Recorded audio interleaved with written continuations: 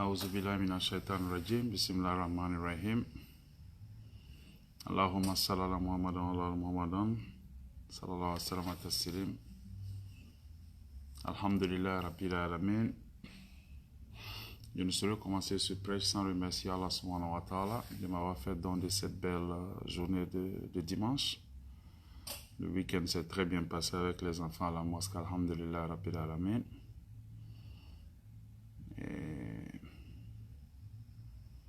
Je prie Allah subhanahu wa ta'ala d'accorder sa miséricorde, sa grâce et ses bienfaits à notre prophète Mohammed sallallahu alayhi wa sallam, à sa famille, à ses sahaba et à tous les musulmans qui nous ont précédés dans la foi. Ya Allah, amin. Assalamu alaikum wa rahmatullahi ta'ala wa barakatuh.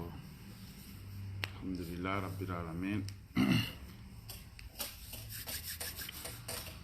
Que Dieu nous donne les mérites de nos actions, nos bonnes actions, et qu'il nous préserve, comment dirais-je, qu'il nous protège de Shaitan et de ses adeptes.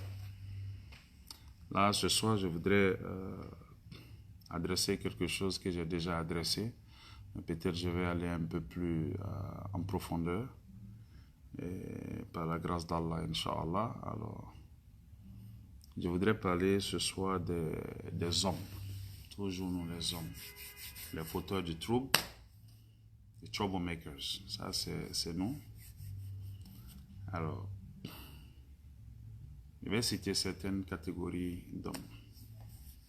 Et là, je vais faire référence à nous, encore les musulmans. Mais ça ne veut pas dire que ceux qui ne sont pas musulmans ne peuvent pas aussi trouver leur part là-dedans. L'objectif, c'est l'humanité. L'objectif, c'est de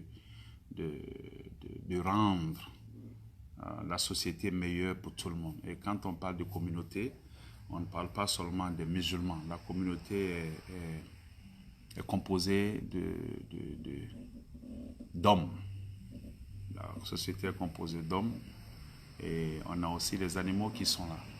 Et parmi nous, les hommes, nous ne sommes pas tous, comment dirais-je, obligés de pratiquer la même religion. Il y a des musulmans, il y a des juifs, il y a des chrétiens. Et il y en a qui ne sont même pas croyants. Mais ces gens-là font aussi partie de la communauté. Alors, Allah, toute âme qu'Allah a créée, Allah va pourvoir pour elle. Quelle que soit son affiliation, quel que soit son amour pour Allah ou son dédain pour Allah, Allah va toujours pourvoir pour elle. Pourquoi? Parce que c'est sa responsabilité. C'est comme un parent. C'est ce qui fait que Allah, il est complètement différent de nous. Nos parents, quand le père il est fâché, souvent il te dit tu ne manges pas. Mais Allah, quelle que soit sa colère, il va toujours te pourvoir. Tu auras ton air que tu vas respirer, tu auras ta nourriture. Quels que soient les problèmes que tu as, même si tu l'insultes, même si tu fais du mal, quel que soit ce que tu fais, Allah va toujours pourvoir pour toi. À partir du moment où il t'a créé, il va pourvoir pour toi jusqu'au jour où tu vas le rencontrer face à face. Maintenant, ce jour-là, c'est à toi de le préparer. Que tu sois chrétien, que tu sois musulman, que tu sois idolâtre, que tu sois juif, ça, c'est ton problème à toi. Mais comme il le dit dans le Coran, il n'est pas pressé. Il donne à tout le monde un temps. Et quand ce moment-là va arriver, il ne va pas être retardé d'une minute, il ne va pas être avancé d'une minute. Quand ce moment va arriver, il va te prendre et puis tu vas partir. Et quand tu vas partir, maintenant ce qui va se passer, ça va être entre toi et lui et tu n'auras ni mère, ni père, ni personne pour intercéder auprès de lui pour toi. Ça va être toi et tes actions. Alors, ça, ce n'est pas une question de chrétiens, de musulmans ou de juifs. Ça, c'est une question d'humanité. C'est tout le monde qui est impliqué là-dedans. Maintenant, pour ceux qui veulent comprendre, tant mieux. Ceux qui ne veulent pas comprendre, tant mieux. Mais Allah, il est là, il est assis, il est patient. Tant que tu es né, il faut te dire que tu vas mourir. Tant que tu es venu, il faut te dire que tu vas retourner. Maintenant, comment est-ce qu'on prépare ça? Souvent, il y a des manières qui sont assez simples. Simplement, à partir du moment où tu es marié, ceux qui sont mariés, leurs actes d'adoration sont beaucoup plus considérés que ceux qui ne sont pas mariés. Maintenant, tu décides de te marier. Le problème, c'est quoi? C'est que les droits et les devoirs ne sont pas souvent expliqués comme il se doit. Ce n'est pas une manière pour moi de mal parler ou bien de jeter sous le bus, comme on le dit en anglais, like throw them under the bus, les autres imams. Non, les imams, ils sont là, ils disent ce qu'ils doivent faire, ils disent ce qu'ils doivent dire. Mais il y en a qui ne le disent pas. Souvent, quand tu vas te marier, qu'est-ce qui se passe? Souvent, dans les mosquées, on passe beaucoup plus de temps à parler des droits de l'homme que de ses devoirs. Et de l'autre côté, on passe plus de temps à parler des devoirs de la femme que de ses droits. Alors, quand on parle, Allah fait référence à quelle sourate? À la sourate Rome, la sourate 30 du Coran. Qu'est-ce qu'il a dit? Il dit au verset 21, il dit parmi ces signes, les signes de qui? Les signes d'Allah subhanahu wa ta'ala. Il a créé de vous et pour vous des épouses, pour que vous viviez en tranquillité avec elles. Et il a mis entre vous l'affection et la bonté. Et il dit aussi qu'il y a en cela un signe pour les savants. Sourate 30, verset 21. Et quand il dit qu'il y a un signe en cela pour les savants, il ne parle pas des hafiz, il ne parle pas des docteurs, il parle des gens qui ont une tête pour réfléchir. Il dit qu'il a créé de nous et pour nous des épouses pour que nous vivions en tranquillité. Et il a mis entre nous l'affection et la bonté. Maintenant, ça, c'est mon point de ce soir. Il a mis entre nous l'affection et la bonté. Maintenant, de nos jours, est-ce que ce verset-là, il est pris en compte? Est-ce qu'il est pris en considération? Je dirais non. Il n'est pas pris en considération parce que là, je vais citer une certaine catégorie d'hommes.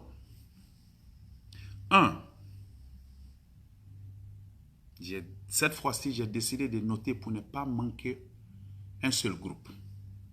Et s'il y a encore des groupes, vous qui me suivez, vous pouvez, comment dirais-je, me le dire et puis on va les ajouter. Il y a cet homme-là qui abandonne sa femme dans la communauté sous prétexte qu'elle ne fait que des filles. Il y a cet homme-là dans la communauté qui abandonne sa femme et ses enfants sous prétexte simplement parce qu'elle ne fait que des filles. Okay.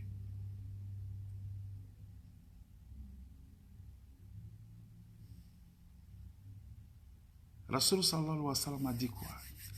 Tu as l'opportunité d'avoir 2 filles. Tu les éduques comme il se doit.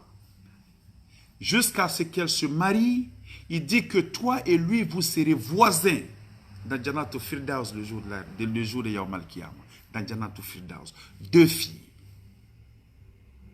Il n'a pas dit un garçon, il n'a pas dit 2 garçons, il dit 2 filles. Il y a des femmes qui ont posé la question et celle qui a une fille. Imaginez un peu un homme qui n'a que des filles. Ces filles-là, tu les éduques comme il se doit, selon la sunna de Rasul sallallahu alayhi wa sallam. Ces filles-là, elles se marient. Toi, Rasul sallallahu alayhi wa sallam dit que toi et lui, vous serez voisins. Toi, Allah va t'ouvrir les portes du paradis. Si tu n'as que des filles. Parce que la femme, c'est quoi? C'est le tunnel entre l'obscurité et la lumière. L'obscurité, c'est quoi? C'est quand tu n'es pas encore né. Et ce tunnel-là, c'est quoi? C'est le ventre de la femme. Parce que tout roi, tout valet, tout riche, tout pauvre, tout intelligent, tout bête, tout comment dirais-je, tout fou, tout président,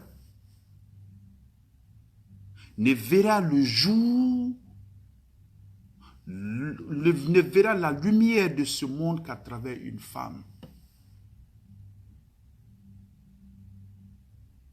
Avant l'islam, les Arabes n'avaient aucune considération pour la femme.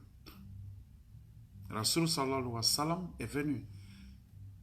La première femme qui a été tuée, la première personne qui a été tuée, c'était une femme.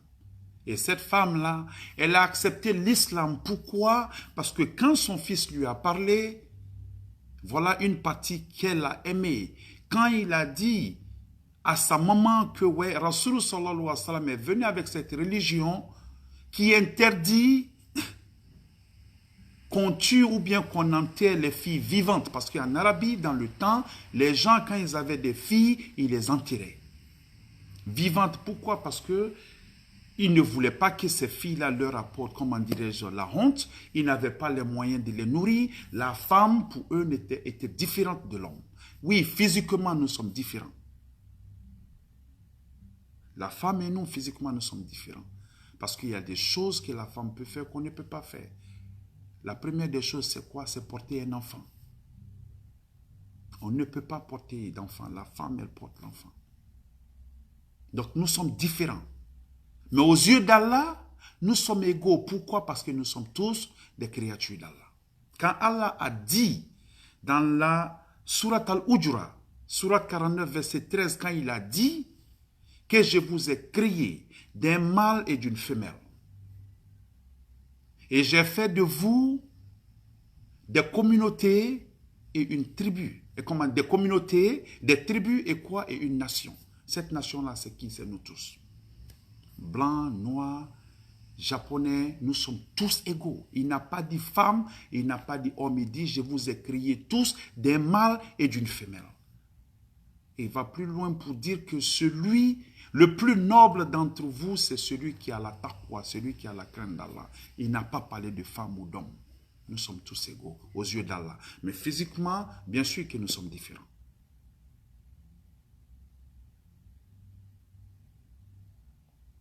Alors, Rasul sallallahu alayhi wa sallam, il est venu avec cette religion par la grâce d'Allah où on interdisait aux gens, les gens, de faire quoi? D'enterrer les filles vivantes. Cette femme-là, elle a accepté, elle a aimé cette partie-là. Et qu'est-ce qu'elle a dit à son mari? Imagine un peu si mes parents m'avaient enterré. Toi et moi, nous ne serions pas mariés, on n'aurait pas eu cet enfant-là. Et elle dit quoi? Elle dit que mon père a enterré une fille, 2 filles, 3 filles. Quand mon tour est arrivé, il ne pouvait pas se permettre de m'enterrer. Donc elle était chanceuse, alhamdulillah, rabbil alamin, son père l'a laissée en vie. Et celle-là est la première personne qui a été tuée pour la cause de l'islam. Une femme. Il y avait plus loin encore pour parler de Rasul sallallahu alayhi wa sallam. Quand il a quitté la montagne de Hira, les grottes, il a eu sa première rencontre avec Jibril alayhi salatu wa salam. Il est venu, il avait peur, il avait froid.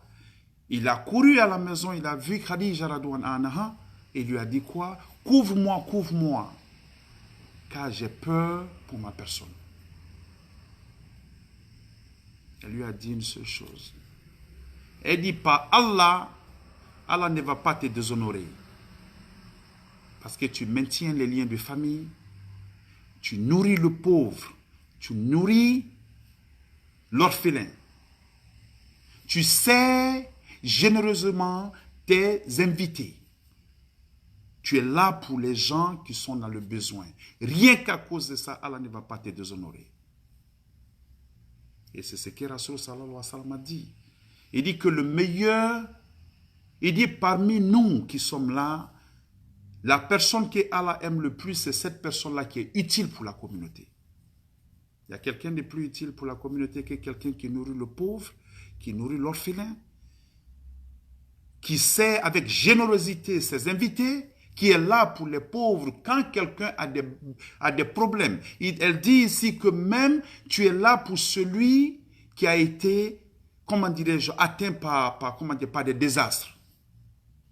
Quelqu'un qui a une calamité. Quand tu es là pour lui, Allah ne peut pas te laisser tomber. Maintenant, tu peux faire tout ça. Le problème, c'est quoi? C'est que tout ça ne commence qu'à la maison, avec ta femme et tes enfants. Maintenant, quand on voit que tu veux être l'homme le plus respecté, l'homme le plus adulé dehors, l'homme le plus chanté, mais à la maison, chez toi, tu es un bourreau. Ta femme ne sait même pas, elle ne connaît même pas la couleur de tes dents. Tes enfants ne savent pas à quoi s'attendre quand tu viens à la maison. Ils ont peur. Là, il y a de l'hypocrisie. Parce que quand tu vas mourir en tant qu'homme, ce n'est pas ces gens-là. La première personne qu'on va demander, c'est ta femme et après tes enfants. Comment il était? Parce que dehors, tout le monde cherche à plaire aux gens. Les gens cherchent l'approbation de ceux qui sont dehors. Mais à la maison, c'est là qu'on voit ton vrai caractère. On va poser la question à la femme. Combien de femmes étaient obligées de mentir à la communauté pour dire « Ouais, mon mari était bon. » Ben, wallahi, billahi, tallahi, ces hommes-là n'étaient pas bons. Combien de femmes étaient obligées de mentir? Rien que pour que les gens puissent honorer leur mari. Elles étaient obligées de mentir. Mon mari, il était bon. Oh mon Dieu, mon mari, c'était l'homme le plus bon. Mais va demander à ses copines. Va demander à ses parents. Ils te diront que ce qu'elle est en train de dire, ce n'est pas vrai. Mais elle est obligée de le dire. C'est ce que je dis. N'attendons pas que les gens meurent pour leur parler. N'attendons pas que les gens meurent pour bien parler d'eux. Il faut leur dire. Ceux qui font du bien, il faut les encourager. Ceux qui font du mal, il faut les regarder. Si tu peux pleurer, pleure. Parce que wallahi, billahi, tallahi, un homme qui fait souffrir sa femme, pour que tu rentres au paradis, ça va chauffer d'air. J'ai parlé de cette première catégorie, les gens qui abandonnent leur femme parce que la femme ne fait que faire des enfants. C'est de l'ignorance.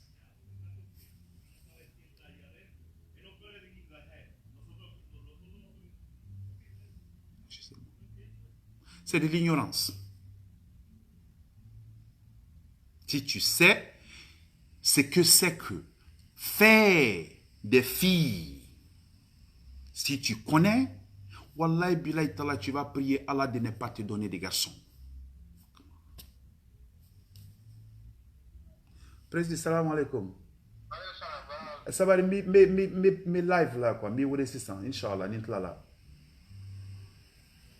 Comme je le dis, si tu sais l'importance de n'avoir que des filles, demandez aux gens autour de vous. Demandez aux gens autour de vous. Demandez aux oulémas. Demandez aux gens qui connaissent un peu, pas seulement le Coran, mais les tafsirs, les interprétations. Demandez-leur qu'est-ce que c'est que d'avoir des filles. Wallahi, si vous le savez, vous allez prier Allah tous les jours pour vous donner des filles. Regardez autour de nous. Il y en a qui vont te dire qu'ils préfèrent être les parents de la femme du ministre que d'être les parents du ministre lui-même. Il y a des gens qui te le diront. Donc avoir une fille, avoir des filles dans ton foyer, ce n'est pas une calamité, c'est une bénédiction. Si seulement nous savions. Allah nous donne une très bonne compréhension. Maintenant, il y a cette autre catégorie-là.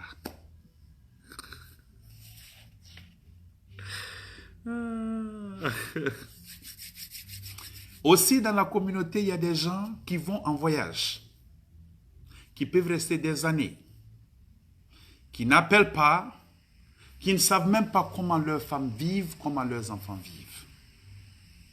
Le loyer, il est payé, on ne sait pas. Maintenant, quelle est ta responsabilité, toi, en tant qu'homme? Si ça ne te dit rien de savoir si ta femme et tes enfants vivent ou pas, est-ce que ça va te dire quelque chose que ta femme ait des copains dehors? Ça, ce n'est pas seulement les États-Unis, c'est un peu partout dans le monde.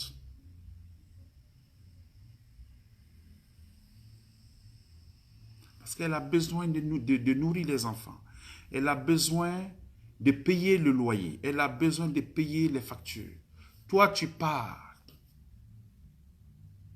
Et tu ne te poses pas la question de savoir comment ces pauvres gens-là vivent pendant que tu es loin d'eux.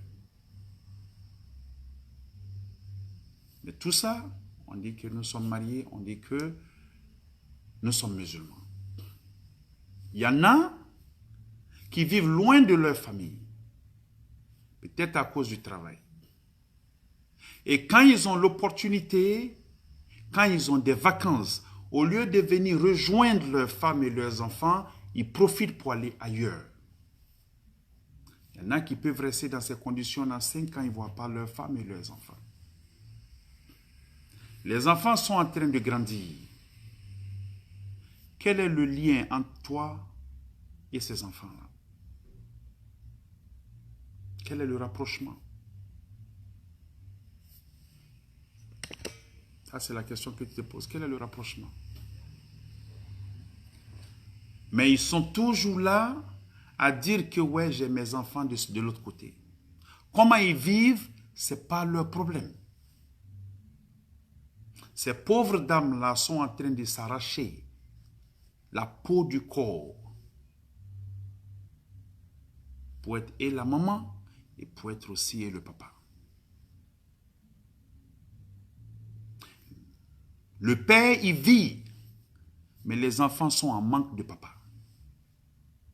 Il vit, il n'est pas mort, mais les enfants sont en manque de papa. Ça fait que les enfants s'accrochent souvent même aux amis de leur maman. Ou les enfants s'accrochent aux frères, aux cousins. Tout homme qui est en contact avec comment dire, les parents, les enfants s'accrochent à eux. Celui qui est en contact avec la maman, l'enfant s'accroche à lui. S'il est gentil et devient le tonton de l'enfant, ça ne veut pas dire qu'il y a quelque chose entre la maman et le monsieur, mais les enfants s'accrochent parce que ces enfants-là ont besoin de quoi? Ils ont besoin de direction. Toi, le père, tu n'es pas là. Et il y a beaucoup ici qui ont abandonné leurs enfants, comme ça, je ne peux pas parler de l'Europe, je peux parler des États-Unis, qui ont abandonné leurs femmes, qui ont abandonné leurs enfants. Il y en a ici qui ont été atteints de AVC. Il y en a ici qui ont perdu leur boulot, qui ont vieilli. Et ce sont ces mêmes femmes-là qui prennent leurs enfants, qui obligent ces pauvres enfants-là, qui sont devenus aujourd'hui quelqu'un pour s'occuper de ces maudits-là. Je les traite de maudits parce qu'ils avaient la latitude. Quand Dieu te confie quelque chose, il faut en prendre soin. Pour moi, c'est de la malédiction. Parce que ton père et ta mère se sont occupés de toi. Qu'est-ce qui t'empêche, toi, de t'occuper de tes enfants? Parce que tu as des problèmes avec la maman, ce n'est pas un problème. Quand elle est venue chez toi, elle n'est pas venue avec des enfants. Elle est venue seule. Ces enfants-là sont là parce que toi, tu as voulu qu'ils soient là. Maintenant, si ça ne va pas entre vous, ça c'est votre problème à vous. Mais les enfants, il faut t'en occuper. Alors si tu refuses de le faire, si tu refuses de prendre le téléphone pour appeler, il y a des enfants que je connais, quand on leur demande d'appeler leur papa, ils te disent, je vais l'appeler, je vais lui dire quoi? Ça fait pleurer. Je vais l'appeler, je vais lui dire quoi? I got nothing to say to him. Je n'ai rien à lui dire. Souvent, tu les obliges. Prends le téléphone, appelle ton père. Mais il n'y a rien. Je n'ai rien à lui dire. L'enfant préfère parler à un étranger et être à l'aise avec un étranger que d'être avec son père. Pourquoi? Parce que le frottement, c'est ce qui crée l'amour. Mais quand tu refuses de prendre tes responsabilités, les responsabilités, ce n'est pas forcément l'argent, c'est la présence physique. J'ai dit aux gens, j'ai dit que le temps n'existe pas, il faut le créer. Le temps n'existe pas, il faut le créer. Alors quand tu refuses de créer le temps pour ce qui est essentiel, l'essentiel ici, ce n'est pas tes amis. L'essentiel, ce n'est pas la mosquée. L'essentiel, ce sont tes enfants parce que c'est eux que Allah t'a confié. Les enfants, la mosquée, tu contribues pas, Allah va s'en occuper. C'est sa maison à lui. Tu es là, tu n'es pas là, il y aura des gens pour prier. Viens à la mosquée, fais tes prières. Viens à la mosquée, fais tes prières. Les gens sont occupés. Mais tes enfants, ça c'est ta responsabilité. Wallahi billahi tallahi.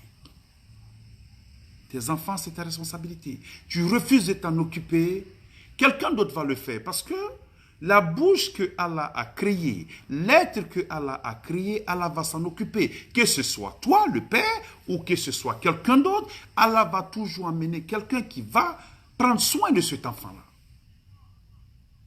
Mais toi, le fait de fuir tes responsabilités, ça va te rattraper un jour, ici et dans l'au-delà. Souvent, je suis ici avec les enfants.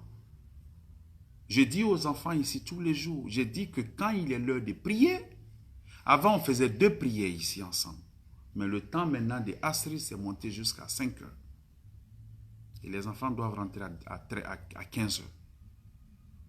J'ai parlé à Imam Badiaga. Je lui ai dit, tu sais quoi? Au lieu qu'on dirige la prière, on va demander aux élèves qui sont ici de diriger la prière. Voyez un peu? Et ce sont ces enfants-là qui dirigent la prière. Pourquoi? J'ai dit aux enfants, je veux que vous dirigez la prière. Pourquoi? Parce que je veux que vous soyez responsables. Il ne faut pas attendre que ton papa meure pour être responsable à la maison. Il ne faut pas attendre que ton papa meure pour être l'imam à la maison. Tu peux être l'imam adjoint. Quand ton père est là, j'ai dit aux enfants, quand votre papa est là, tout le monde est à la maison, dites à papa, papa, tu sais quoi, aujourd'hui je vais diriger la prière. Cette sensation, ce sentiment de joie, personne d'autre ne peut comprendre. Le père en ce moment se dit, Alhamdulillah Rabbil Alamin, je sais que quand je ne serai pas là, ma maison va être en sécurité.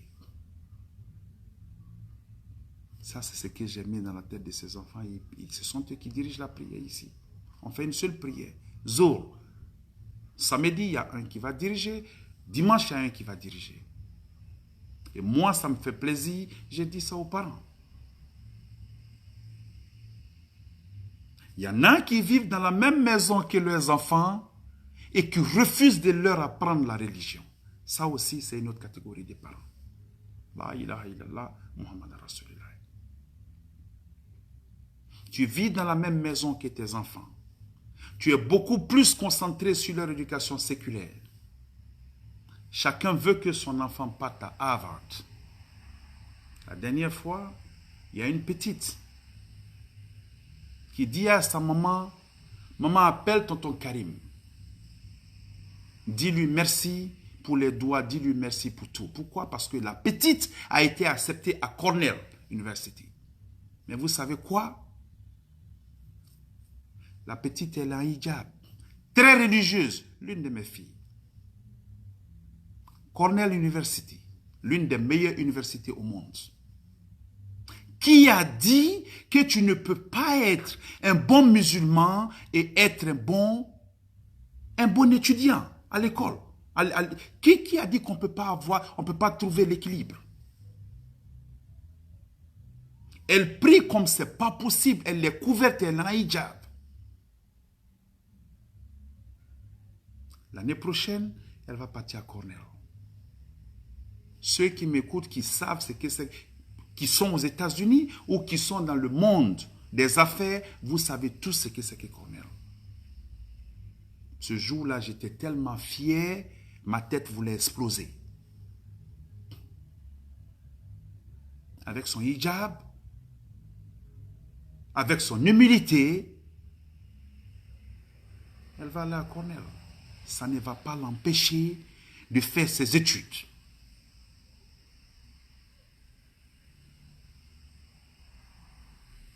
Et cette fille-là, ce n'est pas parce que son père n'est pas là. Mais quelle est la relation entre elle et puis son père? Zéro. Zéro. La relation entre elle et son père, zéro. Ça, c'est pitoyable. Ça, c'est pitoyable.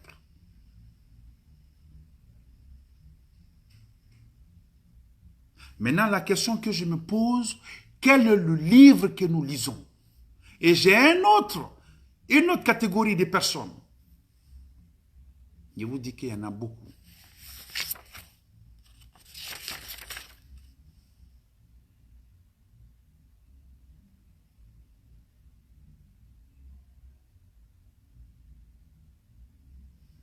Il y a une autre catégorie d'hommes.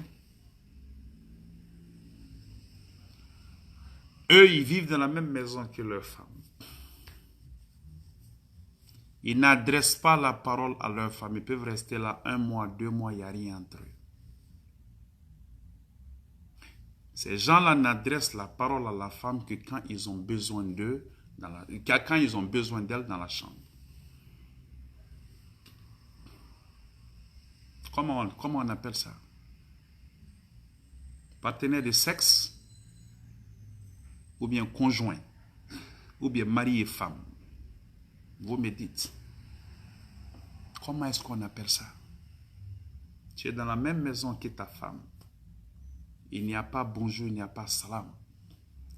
Et Rasoulou sallallahu alayhi wa sallam a dit quoi, c'est sahaba? Il dit, laissez-moi vous dire quelque chose qui va faciliter votre entrée au paradis. Ils étaient pressés de savoir ce que c'est. Ils disent, c'est quoi? Qu'est-ce que c'est, ya Rasoulou sallallahu alayhi wa sallam? Il leur a dit, établissez la salam entre vous. Établissez la salam entre vous. La simple salutation. C'est tellement important que quand quelqu'un te dit salam, selon Rasoulou sallallahu alayhi wa sallam, tu es obligé de répondre wa alaykoum salam. Tu es obligé de répondre à la salam de quelqu'un. Quelqu'un qui te dit salam, tu es obligé de lui dire salam. Wa alaykoum salam wa rahmatullahi wa barakatuh. C'est une obligation. Il dit, quand vous établissez la salam entre vous, frères et sœurs musulmans, ça apporte la joie entre vous. Ça apporte l'harmonie entre vous. Ça crée l'affection entre vous. Même quelqu'un qui est fâché avec toi, quelqu'un qui ne te parle pas, tous les jours tu lui dis salam, il va finir par dire quoi? Par répondre wa alaykoum salam. Ce qu'il a dans le cœur, ça va partir. Ça, c'est entre nos musulmans. Ça, c'est dans la communauté. Imaginez un peu ce que c'est que ta femme à la maison. Tu ne lui adresses pas la parole. Même quand elle te parle, tu ne réponds pas. Mais quand tu as besoin d'elle, tu viens, tu couches avec elle. Joe, quel est le livre qu'on lit? Vous pensez, nous pensons, parce que moi-même, nous pensons que l'islam, c'est juste s'arrêter là et puis prier. L'islam, c'est venir à la mosquée. Subhanallah. I just don't get it. Il y en a qui refusent de donner le lit à leur femme simplement parce qu'ils veulent la punir. Tiens. On ne vous a pas dit que l'une des raisons clés pourquoi tu ne peux pas donner ta femme à quelqu'un, c'est l'impuissance. Quand l'homme ne fonctionne pas, ne lui donne pas ta fille. L'impuissance peut être une raison pour le divorce. Ça, c'est pour dire jusqu'où la chambre, le lit conjugal est une partie majeure du mariage. Et quand toi, tu refuses de lui donner ça, ça fait partie de ses droits. Ça fait partie des droits de la femme. Et ça fait partie des devoirs de l'homme. Des devoirs majeurs de l'homme. Mais est-ce que les gens savent ça? Tu refuses de faire l'amour avec elle. Parce que tu es fâché, parce que toi tu veux la punir. Elle va faire quoi? Il y a des femmes qui sont plus jeunes que moi, qui sont là, qui te disent que ça fait 2 ans elles n'ont pas fait l'amour avec leur mari. Oui, il y en a qui sont assez confortables pour me parler de leurs problèmes. Simplement parce que, excusez-moi, elles ont besoin de solutions. Oustaz Wallahi, ça fait 5 ans, je n'ai pas fait l'amour avec mon mari. 5 ans, 2 ans, je suis à la mosquée. Je dis aux gens que je ne parle pas pour faire plaisir à quelqu'un. C'est que je dis, je vais être interrogé là-dessus le jour de Yaoum al-Kiyama. Et ni vous, aucun d'entre vous ne va intercéder auprès d'Allah pour moi. Donc ce que je dis, ça c'est entre moi et Allah. Il n'y a pas besoin de parler pour faire plaisir à qui que ce soit. Je connais des gens, 5 ans, sans rien entre leur mari. 2 ans. Quel est cet homme marié qui est en bonne santé? Qui est en bonne santé, je veux dire, qui fonctionne comme il se doit. Qui va rester 2 ans dans la même maison que sa femme sans la toucher. Et il va me dire que lui, il ne va pas dehors. Really? Franchement?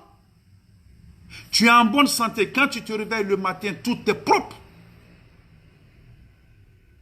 Il y en a qui vont trouver que j'exagère. Ça, c'est leur problème. Tu te réveilles le matin, ton ami, il est levé. Il te dit bonjour. Tellement tu es en forme. Celui-là, il va rester 2 ans dans la même maison, dans le même lit que sa femme. Il va te dire qu'il ne la touche pas. Et il ne touche pas une autre femme dehors. Quel est cet rituel? Si tu es en train de... Si c'est une retraite, comment dire, spirituelle, tu n'as pas besoin d'être à la maison. Ça, c'est l'une des obligations de l'homme vis-à-vis de sa femme. Et la pauvre femme, elle reste à la maison, elle se dit quoi? Je vais rester là pour honorer l'institution du mariage. Pour honorer les engagements que j'ai pris devant Dieu et devant mes parents. Elle reste là. Combien de temps elle va rester? Et celle-là, elle pleure toutes les nuits. Il y a une autre catégorie de gars qui rentrent le soir du boulot, qui mangent un peu, qui se reposent et qui ressortent pour rester avec leurs copains dehors toute la nuit, qui rentrent à la maison à 6 h du matin. Leurs femmes sont à la maison seules, en train de pleurer toute la nuit. Simplement parce qu'ils veulent prouver à leurs amis qu'eux aussi ils sont des hommes. Quelqu'un qui abandonne sa femme toute la nuit, ce n'est pas à la mosquée, il vient. Il ne vient pas à la mosquée. Soit il est assis au grain, quel grain qui va rester jusqu'à aussi tard? Non, ce n'est pas le grain. Il est en boîte ou bien il est dans un maquis, dans un bar en train de boire l'alcool. Parce que quelqu'un qui ne boit pas l'alcool, quelqu'un qui est décent, quelqu'un qui est humble, quelqu'un qui sait ce que c'est que ses responsabilités, ne va jamais abandonner sa femme à la maison pour aller s'asseoir dehors avec des imbéciles, peut-être, et puis abandonner sa femme seule à la maison. Pourquoi?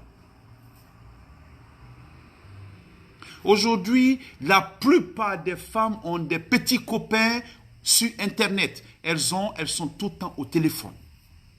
J'en connais, moi, qui m'ont appelé, qui me disent, j'ai besoin d'une relation platonique. C'est-à-dire quelqu'un qui va me dire, ce que j'ai envie d'entendre. Quelqu'un qui va me dire que je suis une belle femme. Quelqu'un qui va me dire que j'ai de la valeur.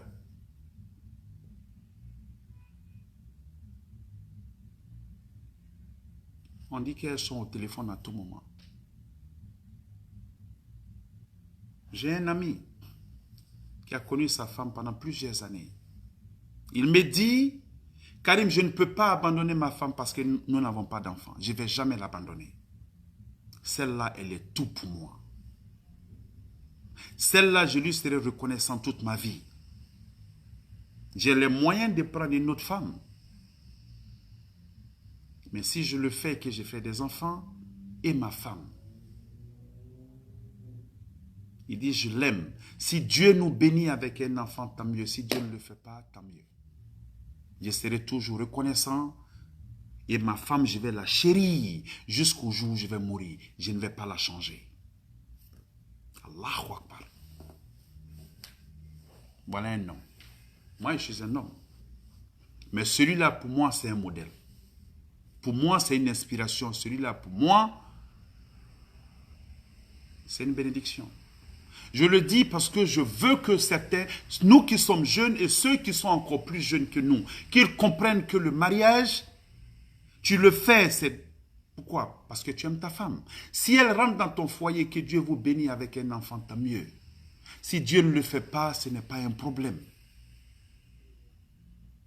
Et tu n'as pas besoin de la chasser parce qu'elle ne fait pas d'enfant. Si tu la chasses parce qu'elle ne fait pas d'enfant, elle n'aura que ses yeux pour pleurer. Elle n'aura que ses yeux pour pleurer. Mais chez nous, aujourd'hui, dans notre communauté, ta maman même souvent va être la première à te dire, ah, il faut laisser celle-là, elle ne fait pas d'enfant. Comme si l'enfant, c'est la femme qui donne, ou bien c'est l'homme qui donne l'enfant. C'est Dieu qui donne l'enfant. Il y a aussi ce genre de catégories. Alors, quelqu'un comme celui-là, je vais toujours faire des doigts pour lui, prier Allah subhanahu wa ta'ala pour qu'il continue de le bénir, pour qu'il continue de l'élever. C'est Allah qui est le pourvoyeur suprême. Je prie Allah subhanahu wa ta'ala qu'il réponde à ses appels. Inch'Allah. Amen. Ça, c'est une autre catégorie d'hommes. On a encore qui? On continue toujours, on cherche. Et il y a une autre catégorie d'hommes. Je vous ai dit de Bekri. S'il y en a que je n'ai pas cité, il faut dire. Il y en a beaucoup. Si on doit citer, on va citer. On va rester jusqu'à demain matin. Il y a une autre catégorie d'hommes. Ceux-là, ils ont l'argent. Ils ne sont jamais à la maison. Ils ont des copines un peu partout. Partout où ils vont, ils ont des copines. Leurs femmes sont les femmes de riches, mais les femmes les plus frustrées de la ville. Leurs maris ont tout. Elles vivent dans des grandes villas. Elles ont tout. Belles voitures, des beaux habits, elles ont tout. Mais c'est les femmes les plus frustrées de la ville. Les pauvres femmes sont beaucoup plus à l'aise. Parce qu'une femme qui, à la maison, n'est là que pour faire des enfants, c'est tout. C'est-à-dire que l'homme ne te touche que quand il a envie de toi. En dehors de ça, tu es seul. Et cette catégorie-là, vous savez ce que ces gens-là font? Ils prennent leurs femmes pour payer des grandes vacances avec les enfants ailleurs. Ils ne vont jamais en vacances avec leurs femmes. Leurs femmes sont toutes en partie. Elles sont sur Facebook, à travers le monde, mais seules avec les enfants. L'homme, il n'est nulle part. Elles sont frustrées. Elles sont frustrées plus que tout. Elles sont frustrées plus que tout. Les femmes, elles vont en vacances et les hommes, ils sont là, ils profitent très bien de l'absence de leurs femmes. Aujourd'hui, l'adultère, c'est devenu les normes. Si tu ne le fais pas, tu n'es pas éveillé. Le manque de respect pour ta femme, c'est devenu les normes. Si tu ne le fais pas, tu n'es pas éveillé. Et parmi les gens, il y a des gens qui sont là, qui sont prêts à mettre la main pour que leur femme crache dedans. tellement ils sont aux petits soins de leurs femmes. Ces gens-là, quand vous les regardez, ce sont les hommes qui réussissent le plus. J'ai parlé de Rasoul sallallahu alayhi wa sallam. Comment il était avec sa femme, comment il était avec ses femmes. Mais toutes les catégories que j'ai citées, nous sommes tous musulmans. Nous lisons le même livre, nous fréquentons les mêmes mosquées. Maintenant, la question, c'est de savoir qu'est-ce qui n'a pas marché. Qu'est-ce qui n'a pas marché? Qu'est-ce qui n'a pas marché?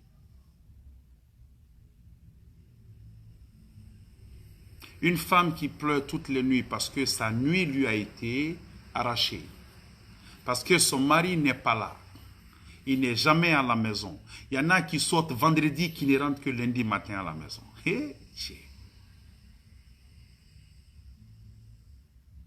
Le gars, il sort vendredi soir. Il ne rentre que lundi. Ou il ne rentre que dimanche nuit pour dormir. Puis se réveiller le matin, aller au boulot. Sa femme est habituée à ça. Ces femmes-là, il y en a beaucoup en Afrique.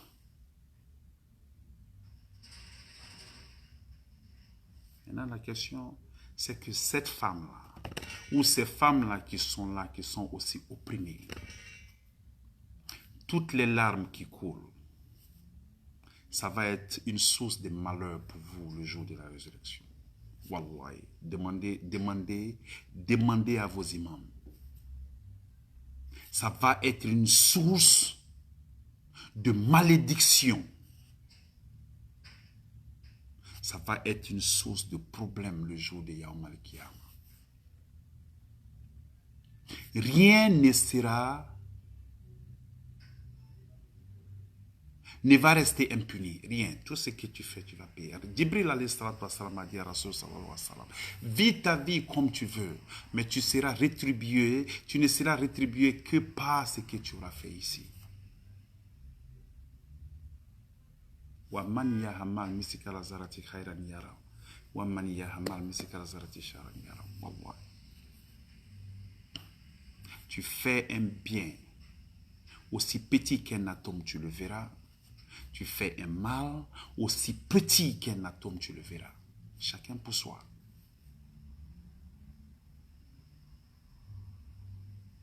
Mais quand on pense que il faut combler son absence, il faut combler sa méchanceté avec le matériel, il y a problème.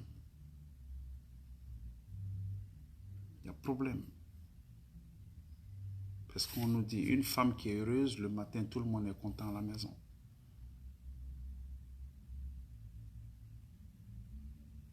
La question, c'est de savoir qu'est-ce que nous lisons. C'est-à-dire que quand on parle, les gens pensent qu'on n'a rien à faire. Celui qui est ministre, il pense qu'il est arrivé. Tous des enfants de pauvres avant. Tous, autant qu'ils sont.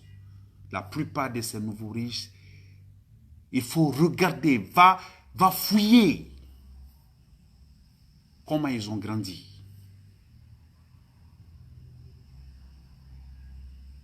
Pauvre, tu n'as pas idée. Aujourd'hui, il a un peu, il oublie d'où il vient. Oublier d'où tu viens, c'est de se comporter de façon arrogante. Sinon, quelqu'un qui sait d'où il vient, qui se rappelle régulièrement de là où il est venu, wallahi billahi, il n'a pas le choix, il est obligé d'être humble, il est obligé d'être décent.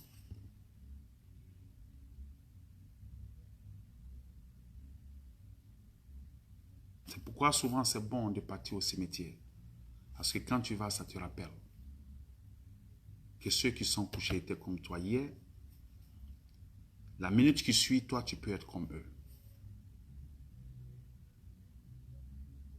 Mais les gens sont trop busy, ils sont trop occupés. Il faut penser. Trop occupés pour prier. Trop occupés pour ouvrir le Coran pour lire. Trop occupés pour eux-mêmes. Trop occupés pour leurs enfants, pour leurs femmes. Et vous voulez que l'adultère finisse? Vous voulez que l'adultère finisse? Ce que nos mamans ont accepté avant, nos filles, sœurs qui sont là, elles ne sont pas prêtes. Hein? C'est s'il y a des femmes, elles te disent, tu sais, même souvent sur Facebook, je vais et puis je ris. Quand les gars te disent que, ah, dis, ok, la femme, maintenant, là, quand tu la trompes, au lieu de s'asseoir pour pleurer, elle te dit, allons. Tu la trompes, elle te trompe. Maintenant, on vit tous dans la même saleté. À qui la faute? Personne ne va blâmer Allah. On a les livres qui sont là. Il y a le Coran qui est là, il y a des livres qui sont là, des livres de morale et de bonnes manières. Dieu aussi, c'est amusement, on s'est beaucoup amusé. Tu vas t'amuser jusqu'à quand? Jusqu'à quand tu vas t'amuser? Est-ce que j'ai cité toutes les catégories? Il y a quelqu'un qui connaît d'autres catégories, il faut me dire. Mais on ne peut pas les citer tous. Tous ici, il y en a trop. Right? Donc,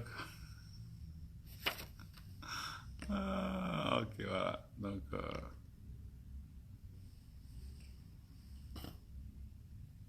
voilà. Merci beaucoup. Voilà ma soeur qui vient de dire, il y en a qui abandonnent leurs femmes quand elles sont malades. Qui abandonnent leurs femmes quand elles sont malades. Et ici, j'ai cité tout à l'heure des femmes qui étaient là, qui avaient été abandonnées par leur mari. Mais après tout ça, qu'est-ce qui s'est passé? Quand l'homme est tombé malade, les femmes se sont mises là, à leurs petits soins. Quand on parle de sorciers, c'est nous les hommes. La vraie sorcellerie, c'est chez nous les hommes. La vraie sorcellerie, c'est chez nous les hommes. Ta femme, elle est malade. Et puis tu l'abandonnes.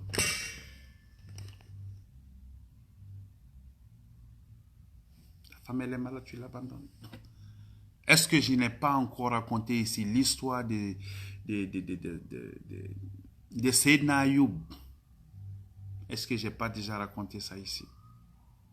Il est tombé malade, tout le monde l'a abandonné. Tout le monde l'a abandonné. Il a tout perdu. Quelqu'un qui était beau, qui avait tout, chouchouté par tout le monde. Il est tombé malade, les gens l'ont abandonné. Tout le monde est parti sauf sa femme, elle est restée. C'est pourquoi je dis que, Alhamdulillah Rabbil Alamin, si les gens savent les vertus de n'avoir que des filles, si tu connais, tu vas prier Allah pour qu'il ne te donne que des filles. Combien de filles aujourd'hui s'occupent de leurs cours, de leurs parents? Combien? Il y en a beaucoup. Combien de filles aujourd'hui sont source de réconfort pour leurs parents?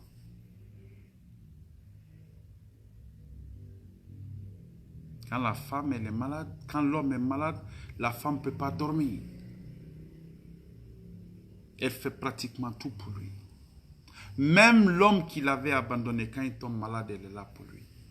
Mais quand celle qui a toujours été là pour toi, quand elle tombe malade, toi tu l'abandonnes. Maintenant, je veux que toi, tu partes t'arrêter devant un miroir pour te regarder et puis dis-moi, ou bien ne me parle pas parce que tu n'auras pas l'occasion de me parler. Regarde-toi, arrête-toi devant un miroir et puis regarde-toi. Maintenant, pose-toi la question de savoir qui tu es. Est-ce qu'on n'a pas dit que le mariage c'est pour le meilleur et pour le pire? Tout est bon. Tant que tout est bon, on est là. Quand ça commence à lâcher, l'homme est le premier à fuir. Et le malheur dans ça, j'ai dit, le malheur dans ça, c'est quoi? La grande tristesse dans ça, c'est que les parents te soutiennent. Ah, Abra Djankaro, elle est malade, il faut la laisser. Andi Moussobredima. Elle est malade, c'est pas un problème, on va te donner une autre femme. Oh, celle-là, elle ne fait pas d'enfant, c'est pas un problème, on va te donner une autre femme. C'est que Allah a décidé, nous, on veut aller contre ça. La chose la plus certaine ici sur terre, c'est quoi? C'est la mort. Wallahi. Et ça va se passer. Le paradis est doux. J'ai une amie qui me dit que je ne parle jamais de la beauté du paradis. Je vais faire un prêt spécial sur ça, Inch'Allah. Le paradis est très intéressant. Mais ça est là. Maintenant, comment avoir ça? Les facilités sont là. Les facilités sont là. Tout ce que tu as à faire, c'est de ne pas trop faire. Juste fais ce que tu dois faire, fais ce que tu peux faire dans la mesure du possible. C'est l'intention qui compte. Alors, je prie Allah subhanahu wa ta'ala.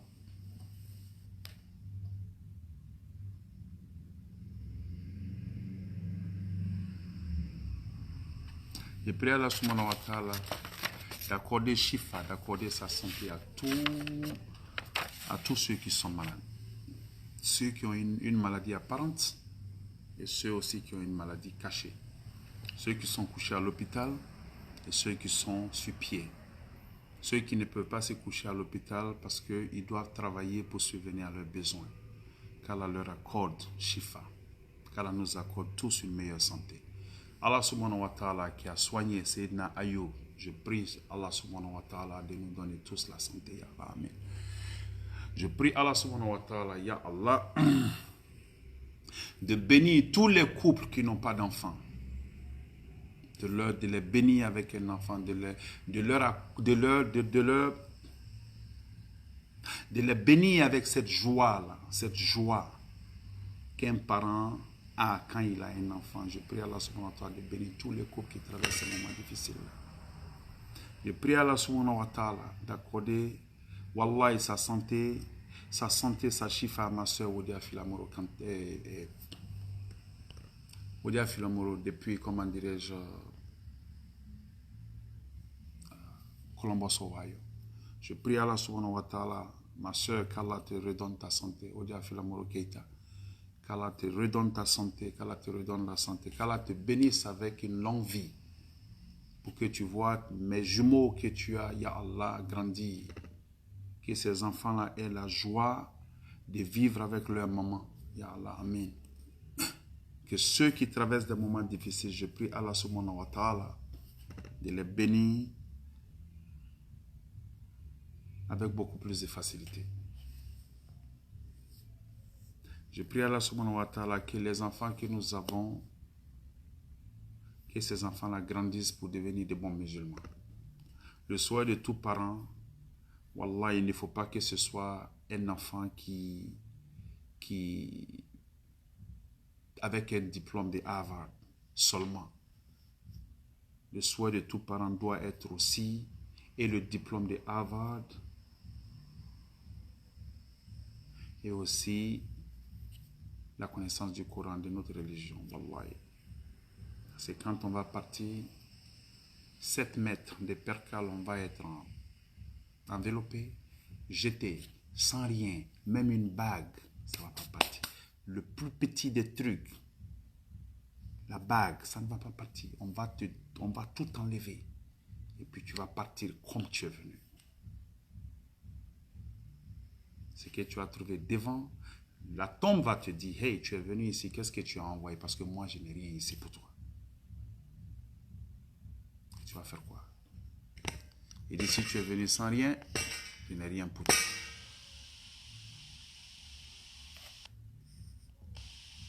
La tombe va te dire ça. Alors que Allah nous bénisse avec cette compréhension-là, qui nous permettra de préparer la tombe pour nous. Karoun, ses parents lui ont dit quoi? Utilise le bien que Dieu t'a donné pour chercher une demeure dans l'au-delà, mais n'oublie pas aussi ta part dans ce monde. Je ne demande pas à quelqu'un de ne pas bien vivre. Sois propre, vis. Les pauvres ont besoin des riches. Et ces riches-là aussi ont besoin de ces pauvres-là pour se faire une place. Au soleil le jour, une place à l'ombre le jour de Yaoum al-Kiyama. Donc on a tous besoin l'un de l'autre. Le pauvre va prier constamment pour que Allah lui donne beaucoup plus de sabbat pour accepter sa situation. Le pauvre va maintenant utiliser son argent pour rendre service à ce... Le riche va utiliser son argent pour rendre service à ce pauvre. Maintenant, les services qu'il rend à ce pauvre, pour lui, ça c'est comme une échelle pour lui, pour se rapprocher d'Allah. Nous sommes tous connectés d'une manière ou d'une autre. Maintenant, que ceux qui ont l'argent comprennent ça. Que ceux qui ont l'argent comprennent que c'est le pauvre qui est une bénédiction pour eux et non eux une bénédiction pour le pauvre. Parce que le pauvre, tu fais pour lui, tu ne fais pas pour lui. Allah va faire pour lui. Si ce n'est pas à travers toi, c'est à travers quelqu'un d'autre. Qu'Allah apporte beaucoup plus de joie et d'harmonie dans nos couples. Qu'Allah apporte beaucoup de joie et d'harmonie dans notre couple. Et je prie Allah subhanahu wa ta'ala de bénir mon frère qui vient de fêter ses 25 ans de mariage avec sa femme, de les bénir avec beaucoup plus, ya Allah, beaucoup plus d'années dans la joie et dans l'allégresse, dans le bonheur total et dans la santé. Et que ceux qui sont en train de suivre ce que je suis en train de dire actuellement, que beaucoup d'entre vous utilisent cet exemple-là, ya Allah, pour vivre votre vie. Ce n'est pas à tout moment qu'il y a la paix. Mais il ne faut pas aussi plier ses bagages au premier signe des palabres. Non. On est là, c'est pour rester, on va se battre pour rester. S'il y a des enfants, tant mieux. S'il y a la galère, on est là, on travaille ensemble. Mais ça ne va être possible que si vous ouvrez le livre. Il faut lire le Coran. Il faut lire le Coran, tout est là. Il y a de belles histoires là-dedans. Alors, qu'Allah nous facilite ça.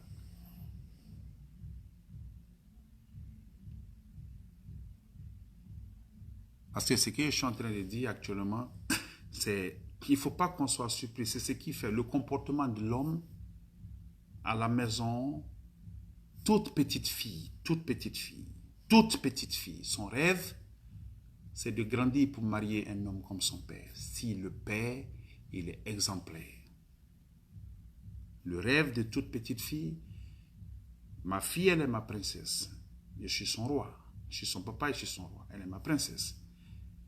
Je suis en train de lui montrer tout ce qu'il y a comme affection. Je lui montre tous les jours qu'elle a de la valeur. Qu'elle est le centre de mon univers. Elle va grandir avec ça. Son souhait, c'est de marier quelqu'un qui va être aussi affectueux. Quelqu'un qui va être bon. Quelqu'un qui va lui montrer ce que son père lui a montré en grandissant. Maintenant, quand toi, cette princesse-là, elle te choisit parmi tant d'autres et puis toi, tu viens briser son rêve. C'est un problème. Tu vas briser son rêve. Elle va te faire des enfants. Mais avant de briser son cœur, il faut penser à tes propres enfants, à toi. Les enfants qu'elle t'a fait. Ces enfants-là vont eux aussi aller se marier quelque part d'autre. Et les hommes et les femmes. Est-ce que ça plairait à quelqu'un de voir quelqu'un maltraiter sa fille? Si ça ne te plaît pas. Si ça ne va pas te plaire, pourquoi maltraiter l'enfant des gens que tu as?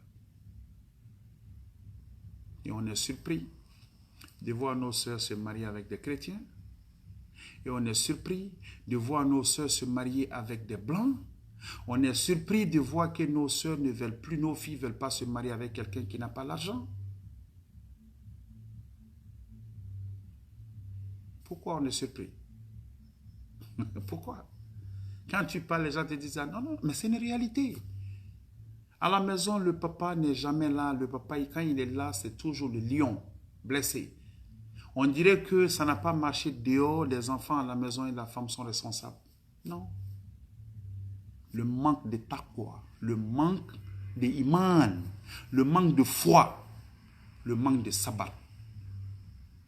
Quand ça ne va pas dehors, viens à la maison. Il y a des moments où Rasoul sallallahu alayhi wa sallam est resté des jours où il n'y avait pas à manger. Et ces femmes ne sont pas parties. Ils sont restés là jusqu'à ce que la facilité revienne. Car on nous donne une très bonne compréhension. Comme je le dis, la nouvelle génération ne va pas accepter ce que l'ancienne génération a accepté. Donc il faut se réveiller. Tu trompes ta femme aujourd'hui, elle va te tromper. Les gens le font. Ça se passe régulièrement. Tu n'as pas le temps pour ta femme à la maison, elle va chercher quelqu'un d'autre dehors. Je n'encourage pas, je suis juste en train de dire ce qui se passe tous les jours. Non, je sais, ma soeur, ils vont me manger. Je suis là, je les attends. Ma viande est trop amère.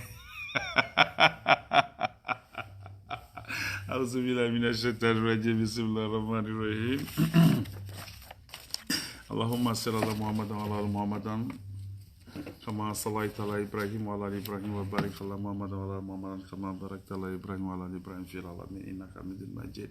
Les hommes qui vont pas aimer ce que je suis en train de dire, ça ne vient pas de moi. Et là, c'est quelque chose qui a été préparé ici. J'ai le tafsir Ibn Kathir. Et ce que je viens de dire, ça est là. Et ce que j'ai lu, ça est là aussi, dans le Coran. Donc ça n'a rien à voir avec moi. Ce que je suis en train de dire, on fait des recherches et puis on vient pour éveiller les consciences. Ceux qui veulent accepter, acceptent. Ceux qui ne veulent pas accepter, wallah, ça c'est leur problème. Ce qu'on a à faire, on va le faire. Ce qu'on a à dire, on va le dire. Donc, à bon attendeur, comme on le dit, salut. Aouzubillah mina shaitanir rajim, bismillahir rahmanir rahim. Allahu la ilaha illa huwal qayyum, la ta'khudhuhu sinatun wa la nawm, lahu ma fis samawati wa ma fil ard. Man zal ladzi yashfa'u 'indahu bi yadihi ya'lamu ma bayna wa ma khalfahum wa la yuhituna bi shay'in min ilmihi illa bima sha'a wasi'a kursiyyuhu as-samawati wal ardi wa la yahuduhu hifdhuhuma wa huwa al-'aliyyul 'azim.